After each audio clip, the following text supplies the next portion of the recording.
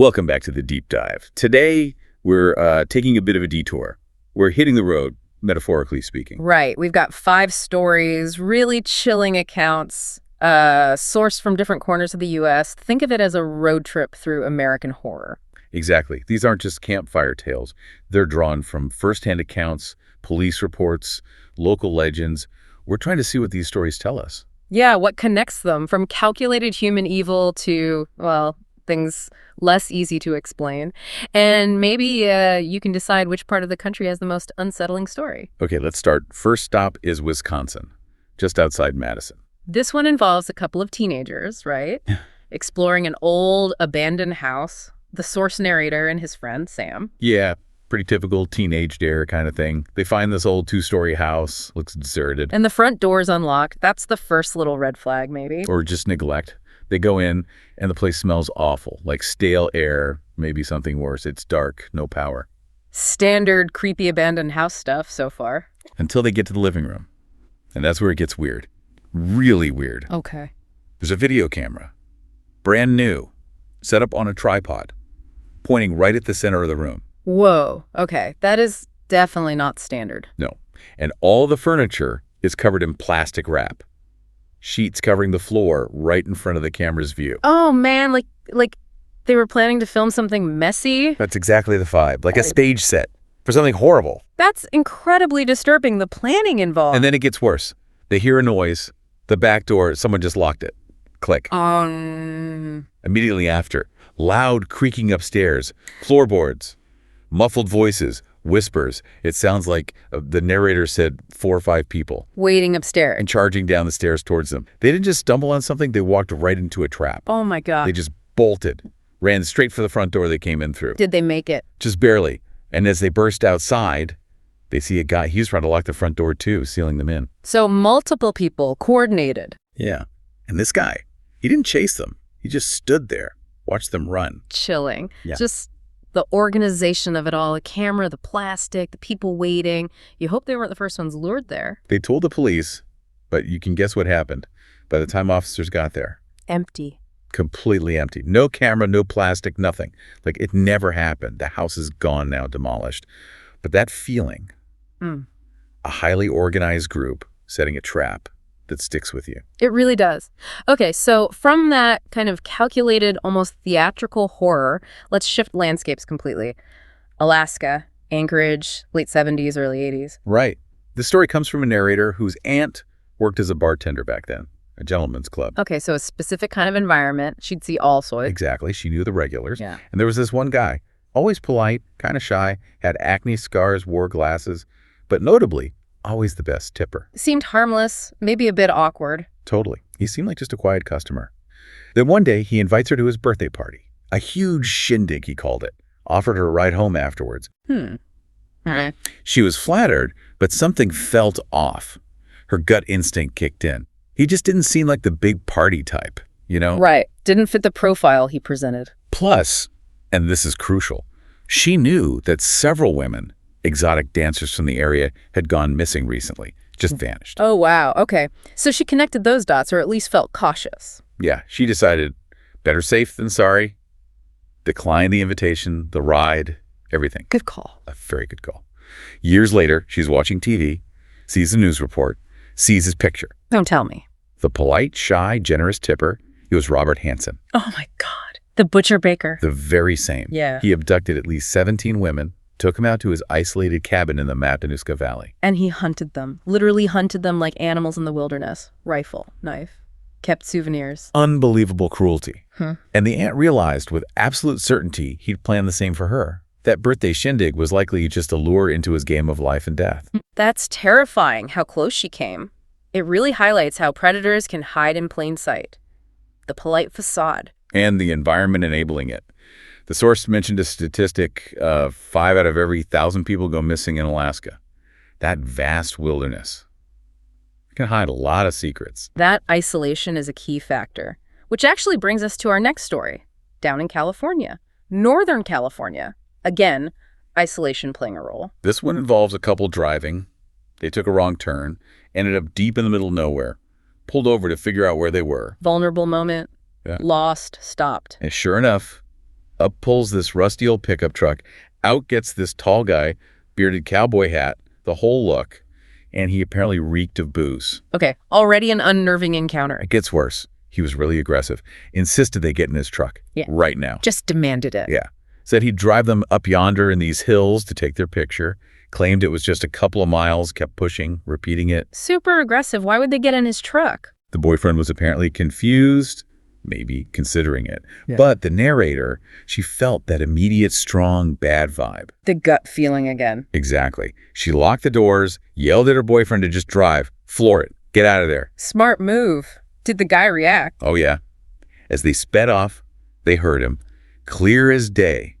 He laughed like this nasty cackle and shouted after them. Oh, he made the right choice. Whoa, okay, that confirms everything, doesn't it? The implication is terrifying. Totally. What was the wrong choice? What would have happened up in those hills? They found out later their actual destination was like 20 miles away. Yeah. In the opposite direction. So the hills were just somewhere else he wanted to take them, not for pictures. Definitely not for pictures. A stark reminder of how quickly a situation can turn predatory in an isolated spot. He wasn't offering help. He was trying to take control. Okay, that's pure human menace again. Let's shift gears now, head over to Tennessee, East Tennessee. We're moving into folklore territory here. Right, local legends often have roots in something real or serve a purpose. This is the story of Skin Tom. Skin Tom doesn't sound pleasant. Not at all. The story goes, Tom was this handsome guy back in the day, maybe the 1920s. He was having an affair with a married woman from the next town. Uh-oh. Recipe for disaster in a small town. Definitely. Her husband found out. He was furious, plotted revenge. He pretended to leave town for a business trip. Classic setup. He waited. Followed Tom and his wife when they went out to a local lover's lane. Another key element, these specific locations in folklore. Grounds the story in reality, makes it feel closer. Right. The husband attacks, rips the car door open, stabs his wife, then drags Tom out of the car, deep into the woods. Oh, man. And this is where the legend gets its name. The husband, with a hunting knife, skinned Tom alive. Jesus. That's horrific. Beyond horrific. Then the husband just walked into the police station and turned himself in. Confessed everything. Yep.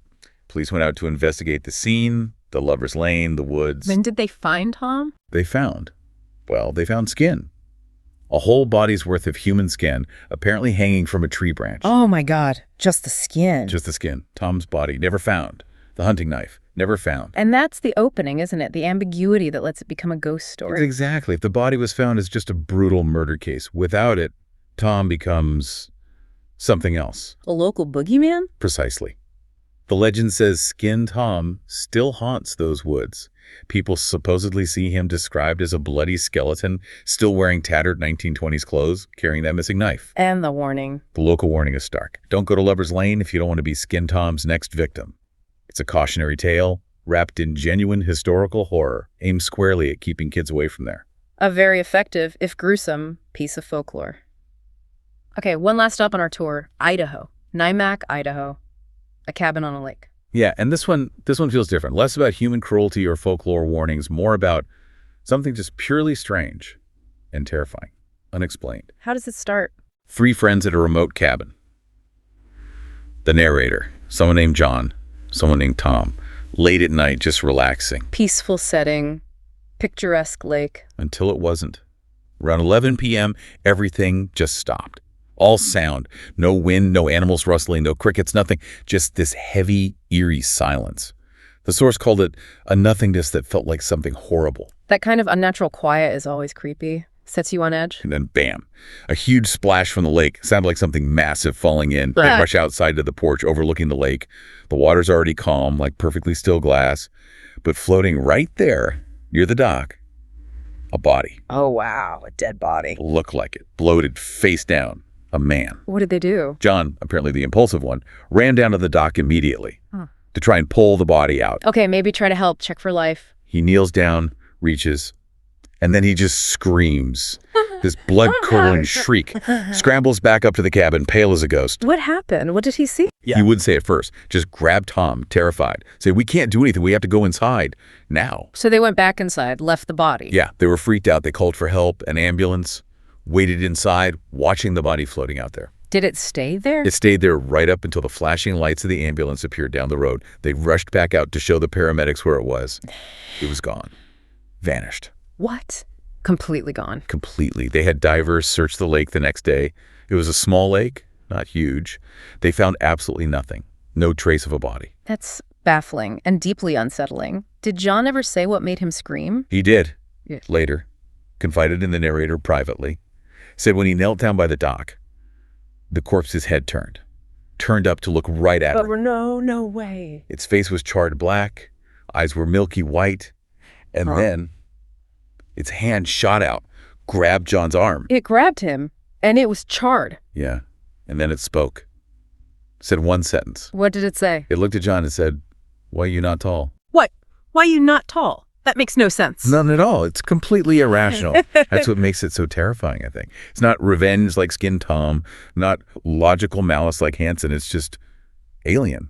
Wrong. A revenant with a nonsensical question that's somehow much creepier than a simple ghost. Just pure dread with no reason behind it? They never went back to that cabin. Can you blame them? Absolutely not.